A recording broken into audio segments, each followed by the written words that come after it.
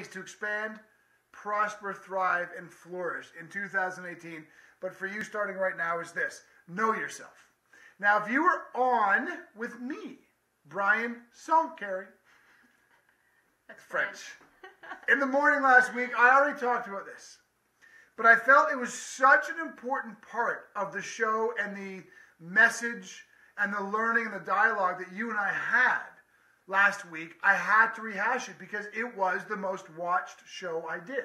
And I think for good reason. You get it. Everybody has an ego. We don't have to go down into a rabbit hole to discuss what an ego is or what bound nature is or anything else, okay? But I want to say this very, very clearly. We are aghast at, disgusted by, perturbed with, annoyed from I'm making an annoyed face. all of the current modern-day motivational zealots who are telling you to do things like get rid of your ego, or the ego is the enemy. None of that is true. It has not been true for the 5,000 years of human philosophy. It's not true now, and it won't ever be true. Your ego is an important asset. Your ego helps you understand the true you. It's like the Tao, right? The Tao or yin-yang. You really can't know or understand or appreciate or even find the light unless you've experienced, can see, and know where the darkness is. Dark and light, they have to work together. Just think about it artistically.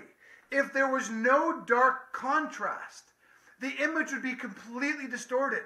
The light would not be right. It would be an overexposed, confusing mess.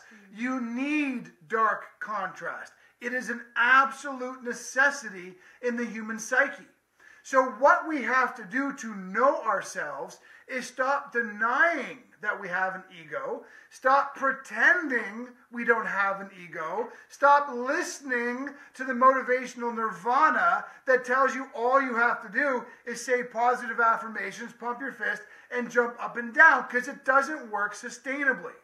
Knowing yourself is appreciating, is bringing awareness to how your ego controls your thoughts, how your ego controls your emotional profile, how your ego controls your physical well-being, and how your ego controls your behaviors.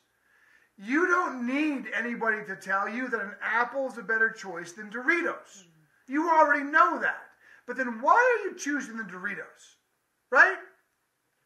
You don't need to have anyone tell you that positive thoughts are more serving than negative thoughts. But then why are you constantly worried about shit? Why are you always afraid of things? Why are you always complaining? It's because the ego does live. And the problem is that we shouldn't shun it. We should learn it. We should understand it. We should appreciate and bring awareness to the control it has on how we think, how we emotionally profile, how we physically feel, and how we behave. Because the more awareness we bring to those mechanisms, the more control we gain. It's not about getting rid of the darkness. It's about seeing and being aware of the darkness so we can start to amplify the light and reduce the darkness. That's the key. Now, does that make sense?